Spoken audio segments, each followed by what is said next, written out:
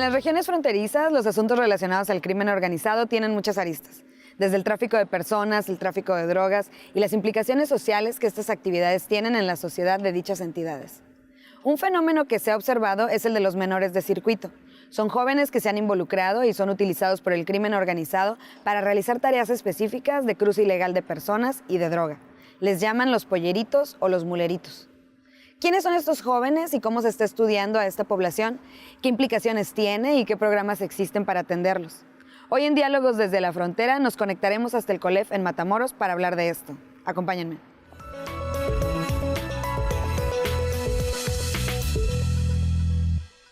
Hola, bienvenidos a esta edición de Diálogos desde la Frontera. En esta ocasión estamos en conexión remota con el doctor Óscar Hernández. Él es profesor investigador del Colegio de la Frontera Norte en la sede de Matamoros, Tamaulipas. Y vamos a platicar con él sobre los menores de circuito. Bienvenido, Óscar, gracias por estar aquí en Diálogos desde la Frontera y estar también pues desde allá en Matamoros, en otra de nuestras sedes del colegio. Muchas gracias, un placer estar con ustedes y participar nuevamente en este programa de difusión científica. Un placer. Muy bien, pues bueno, para contextualizar un poco el tema y también para las personas que no están tan familiarizadas con este concepto de menores de circuito, ¿de qué estamos hablando cuando hablamos de menores de circuito? ¿Y nos podrías contextualizar de qué se trata este tema? Dentro de la literatura académica sobre la niñez migrante o menores migrantes, específicamente los no acompañados que cruzan la frontera México-Estados Unidos de forma irregular, es decir, sin documentos y utilizando otro tipo de redes particulares para cruzar la frontera, hay una serie de clasificaciones y dentro de esta población de menores que cruzan las fronteras de forma irregular es donde se inscriben los denominados menores de circuito. Pero tienen una particularidad y es el hecho de que se trata de menores mexicanos, sí, pero que residen específicamente en ciudades fronterizas y que constantemente están cruzando la frontera, es decir, que hay un ir y venir, hay un circuito, ¿no? en este proceso migratorio. Por eso se les ha denominado de esta manera. Pero la otra característica de los menores de circuito, además de residir en ciudades de la frontera norte de México, es el hecho de que, a diferencia de la gran mayoría de menores migrantes, los de circuito no cruzan la frontera por razones estrictamente familiares o de reunificación familiar como el resto de los menores, tampoco por razones de educación o razones de un trabajo en los Estados Unidos como serían los primeros.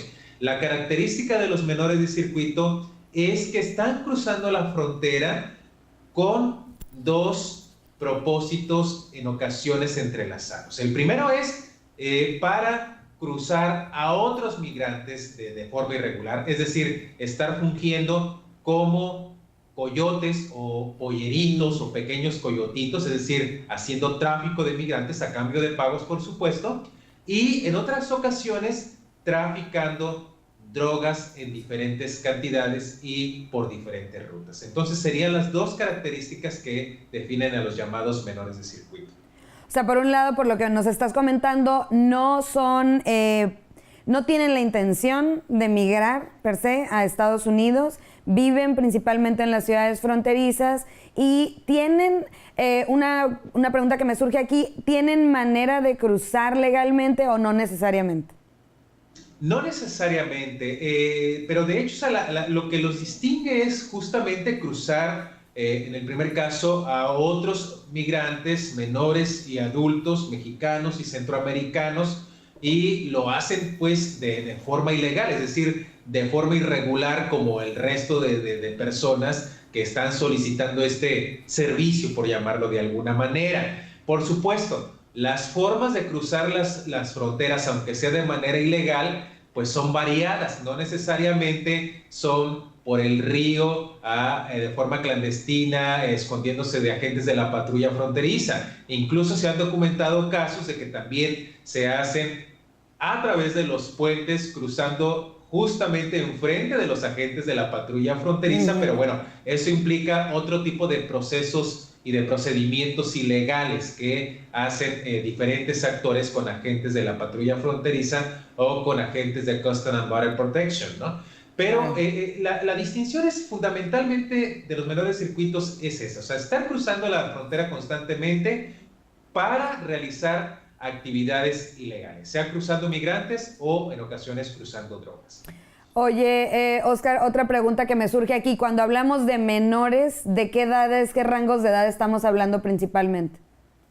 Al igual que los menores migrantes en general, se trata de chicos, bueno, con base en nuestras definiciones de mayoría de edad en la Constitución mexicana, pues son personas menores de 18 años, ¿no? Pero cuando nos referimos a los menores de circuito, particularmente en la frontera noreste de México con el sur de Estados Unidos, estamos refiriéndonos que estos oscilan en un rango de entre los 14 y los 17 años de edad. Son los más, es la gran mayoría los que se sitúan en este rango. Hemos identificado, pero en casos muy mínimos, chicos que son menores de 14 años, de 12, de 13 años, son pequeñitos, ¿no? Pero que ya tienen experiencia cruzando la frontera y particularmente cruzando a otros migrantes. Ahora, ¿cuál es la relevancia de este tipo de población en particular y del fenómeno en general?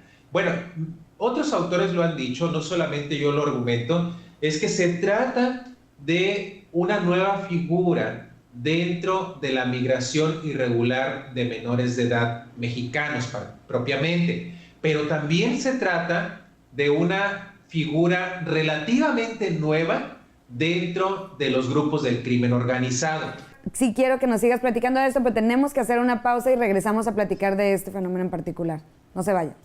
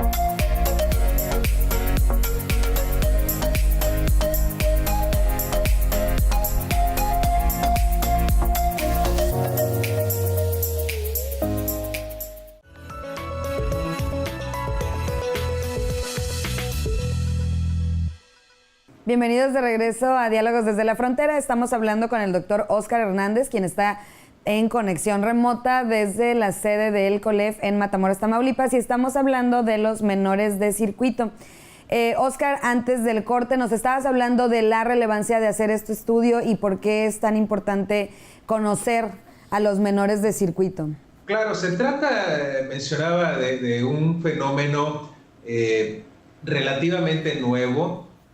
Ha habido una serie de críticas dentro de la academia en términos de que, bueno, no es un fenómeno tan novedoso porque desde hace décadas es muy posible que los menores de edad ya estuvieran participando en este tipo de actividades como es el cruce clandestino o ilegal de migrantes o traficando drogas por la frontera México-Estados Unidos. Lo cierto es que todavía es una hipótesis porque no hay ningún estudio que yo conozca que demuestre que al menos hace unas décadas previas ya se estaba dando este fenómeno. Lo evidente de hoy es que el fenómeno se ha hecho palpable y los menores de circuito son cada vez más objeto de interés, son objeto de estudio, no solo por los académicos, sino también por algunas instituciones. Y lo digo con relación al hecho de que finalmente, mencionaba, se trata de una nueva figura en la migración irregular, pero también dentro de las estructuras de los grupos de crimen organizado que operan en la frontera norte de México con Estados Unidos. El caso de la frontera de Tamaulipas con Texas tiene una relevancia bastante particular al respecto. Lo que nosotros hemos identificado a través de una serie de entrevistas con algunos de los menores que nos han permitido conocer sus experiencias respetando el anonimato y otras medidas éticas, es que finalmente ellos se insertan dentro de algunas estructuras de los grupos criminales, y esto lo podemos verificar porque al menos desde hace una década los grupos del crimen organizado han monopolizado la migración clandestina o el cruce clandestino de los migrantes. Y esto no solo en la frontera de Tamaulipas, también algunos colegas de Sonora, Arizona, Chihuahua, con Texas, han documentado lo mismo, como los grupos criminales monopolizaron la migración clandestina a través de dos estrategias. La primera fue, empezando a cooptar a todos los traficantes de migrantes que existían en las regiones fronterizas, es decir, a cobrarles lo que coloquialmente se les llama una cuota, ¿sí?, a cambio de dejarlos permitir hacer su trabajo, o bien poniendo ellos mismos a sus propios coyotes o traficantes de migrantes. Y aquí es donde encajan los menores de circuito, vienen a formar parte de estos nuevos recursos humanos de los grupos del crimen organizado, porque finalmente la migración clandestina es un negocio bastante jugoso para los traficantes, para los jefes, etcétera, ¿no? Y la otra razón de la contratación, por llamarle de alguna manera, de menores de edad, se obedece a un asunto jurídico. Los menores de edad no son punibles de sus actos por el hecho de ser menores de edad, a diferencia de como lo sería un adulto. Y el fenómeno no es para menos. Ya desde el año 2014, el Alto Comisionado de Naciones Unidas para los Refugiados reportaba que al menos para mediados del 2014, un 38% de los menores migrantes no acompañados que cruzan la frontera México-Estados Unidos, detenidos por Border Patrol, eran o habían sido identificados como menores que estaban traficando migrantes. Es decir, se trata, de casi 4 de cada 10 menores mexicanos en el 2014. En el 2015, agentes de Coastal and Border Protection, a través de un reporte, señalaron que alrededor de 120 menores que cruzaron por puertos del sur de Texas habían sido detenidos también cruzando migrantes. Se trataba de menores mexicanos que cruzaban a otros menores mexicanos o a menores centroamericanos. Y la PGR también, en un informe, notificaba que de 2010 a 2014 alrededor de 150 menores fueron detenidos porque fueron encontrados infraganti. Obviamente no fue punitivo esto, son enviados a centros tutelares, etc. Entonces estamos hablando de que se trata de un fenómeno bastante considerable, digno de analizar en términos de las experiencias de los menores, pero también en términos de las complejidades que está adoptando la migración irregular versus el crimen organizado en la frontera. Sí, definitivamente creo que ese punto que mencionas, como los beneficios que tiene para las organizaciones del crimen organizado de tener, pues, trabajando a menores, también les da beneficios en términos de lo que hablabas, ¿no? De que no hay una criminalización tan severa con los menores de edad. Vamos a hacer un corte también ahorita en un ratito, pero antes de irnos, ¿quiénes son estos chicos? Ahorita, para regresar del corte, quisiera que nos platicaras un poco de las características de estos menores, o sea, de qué colonias vienen, quiénes son los grupos más vulnerables, qué características tienen, y también quisiera que nos hablaras en términos de lo simbólico que significa para este tipo de población el involucrarse con el crimen organizado, qué implica también en términos simbólicos y de contexto social para ellos, desde donde vienen y demás. Pero ahorita que hagamos otro corte, no se vayan, estamos en Diálogos desde la Frontera. Regresamos.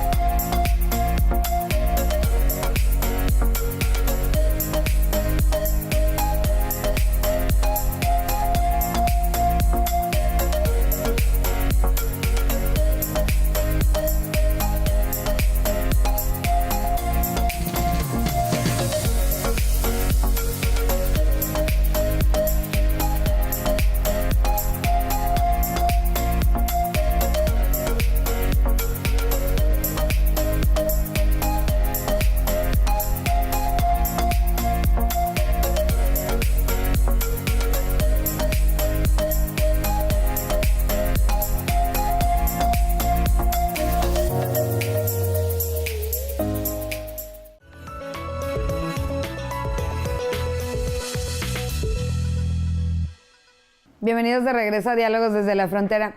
Oscar, retomando la conversación, te comentaba que me interesa saber cuáles son las características de estos menores y pues de alguna manera no solo como quiénes son, de dónde vienen, quiénes son los más vulnerables a este tipo de actividades, pero también el aspecto pues simbólico, o sea, qué significa para estos menores y para estos chicos involucrarse en estas tareas, qué implicaciones tiene en términos de la construcción de sus masculinidades y también pues de esta vinculación hacia dónde va todo este entramado, digamos, de lo ilegal y también del riesgo que corren al estar haciendo este tipo de actividades.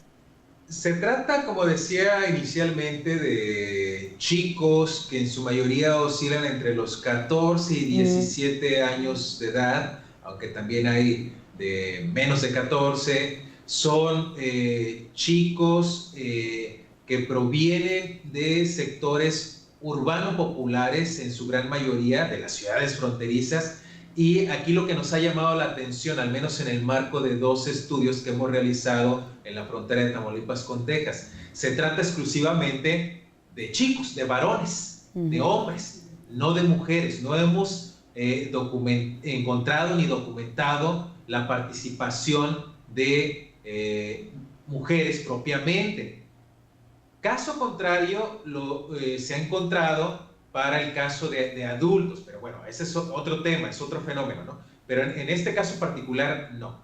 El otro punto que también hemos identificado, y esto con base también en los resultados de un colega del Valle de Texas, muy cerca, en unas ciudades muy cercanas a la frontera de Tamaulipas, es que también se ha descubierto la participación de menores de edad, pero no mexicanos, sino centroamericanos, que están desempeñándose como menores de circuito, pero que inicialmente inmigraron a México, fueron detenidos en Estados Unidos, fueron regresados y se quedaron en algunas de las ciudades fronterizas de Tamaulipas y empezaron a trabajar en este tipo de actividades invitados por terceras personas, por supuesto, pero se trata de extranjeros que están ilegales en México y que también reproducen la ilegalidad cruzando Estados Unidos, pero cruzando gente, o sea, lo hicieron un modus vivendi y un modus laboral propiamente.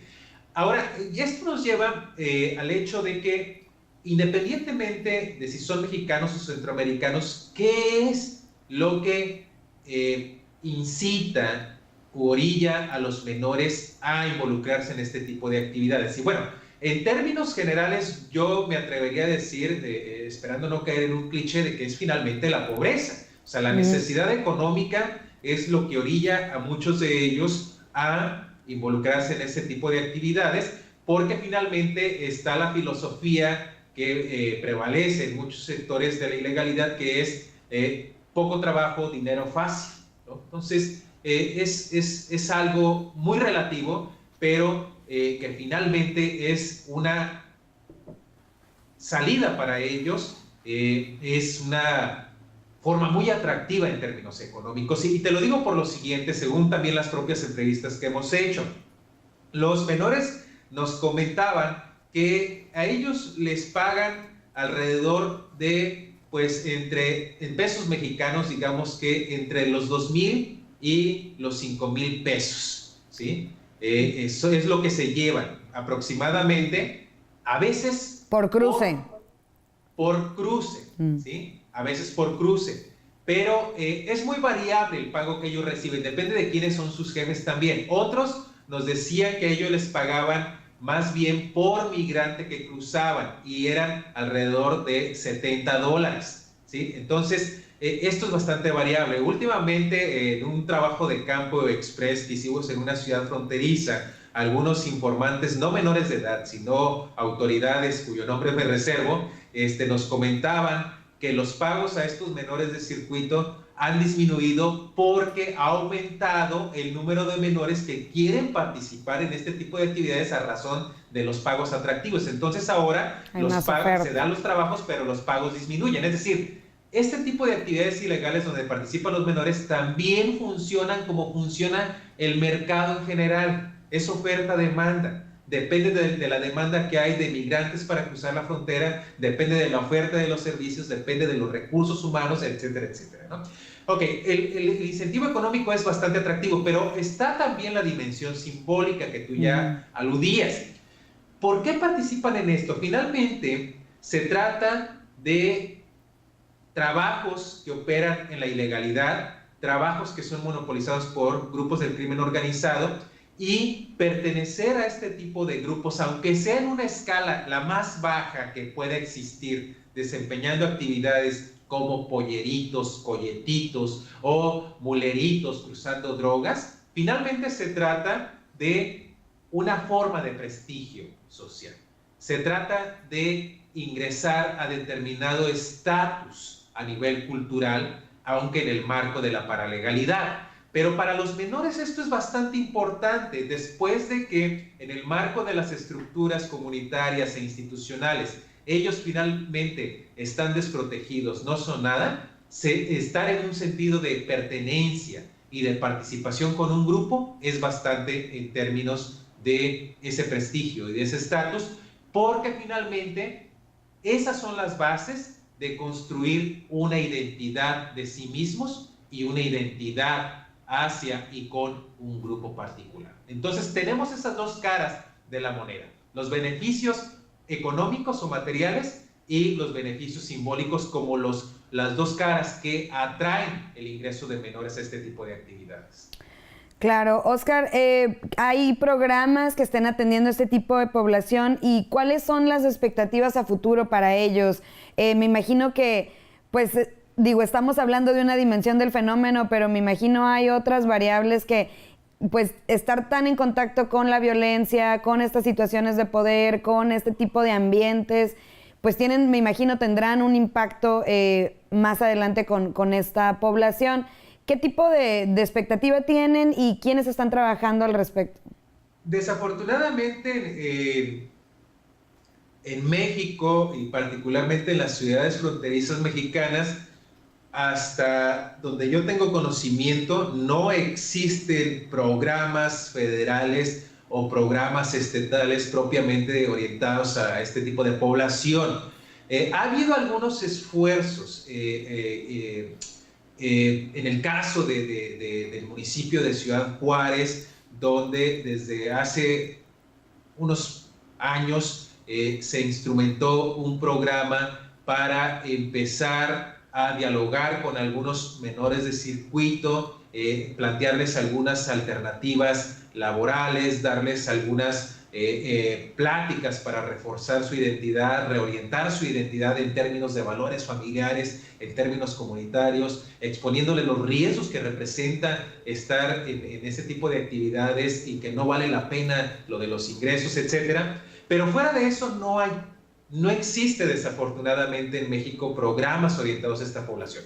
El problema es tal que incluso el término menores de circuito es un término que usamos dentro de la academia, ni siquiera las autoridades del Instituto Nacional de Migración lo tienen contemplado, ¿sí? Es un término que se ha apropiado a nivel de localidades o de ciudades fronterizas, ¿sí? En términos de los menores que constantemente están llegando y que incluso en algunos albergues les llaman, ya son los clientes frecuentes o los clientes VIP, ¿no? Porque constantemente llegan a los albergues, ¿no? Pero ni siquiera existe el reconocimiento institucional de esta población como menores de circuito, lo que es un problema. Mucho menos existen programas orientados a ellos. Ahora, ¿qué pasa del otro lado? Es decir, en Estados Unidos. En el 2014, en el estado de Texas, sí se diseñó y se implementó un programa piloto que se llamó Juvenile Referral Process. La idea del programa era identificar, que ya lo tenían los agentes de la patrulla fronteriza, a aquellos menores que eran de circuito, es decir, que constantemente estaban llegando y que a pesar de que los menores siempre argumentan y argumentarán que ellos son unos migrantes más como el resto, pues los de la patrulla fronteriza ya sabían que ellos eran los guías o polleritos o coyotitos. Entonces empezaron a detenerlos más tiempo que el que define el protocolo, ¿sí?, para el caso de las repatriaciones de menores mexicanos. Entonces ya no estaban 48 horas o 72 horas, sino que estaban más tiempo, estaban una semana, 15 días, etcétera. Los agentes de la patrulla fronteriza lo que hicieron fue detener a estos menores y llevarlos a algunos albergues o llevarlos con algunas familias para que después les hicieran una serie de recorridos por museos, por lugares turísticos en general, por lugares recreativos, que los llevaran a escuelas de Estados Unidos a ver cómo eran las dinámicas, que les mostraran otro panorama, ¿sí? Y los entrevistaban al respecto de sus experiencias, ¿no? Entonces, la idea era, por un lado del programa, separarlos por algún tiempo de los vínculos que tenían con estructuras criminales en México y, por otro lado, también sopearlos, es decir, hacer una labor de inteligencia entre los menores para ver para quiénes trabajaban en el lado mexicano y cómo eran las redes clandestinas con las que ellos estaban colaborando. El programa no sé qué pasó, pero solamente duró un año y no se implementó finalmente. Pero fue muy interesante. Yo creo que aquí la parte mexicana debe jugar un papel importante en esto, de empezar a diseñar y a implementar un programa orientado a esta población. Pues sin duda una problemática muy amplia y como dices, si no hay ningún tipo de programas ni de poner un foco realmente en lo que está sucediendo, pues seguirá sucediendo. Y bueno, te quiero agradecer muchísimo que te hayas conectado desde Matamoros, que nos hayas platicado este tema y bueno, muchas gracias por haber estado aquí en el programa. Gracias, un placer como siempre y hasta la próxima. Y a ustedes, muchas gracias. Esto es Diálogos desde la Frontera. No olviden visitar el sitio del COLEF, www.colef.mx. Hasta la próxima.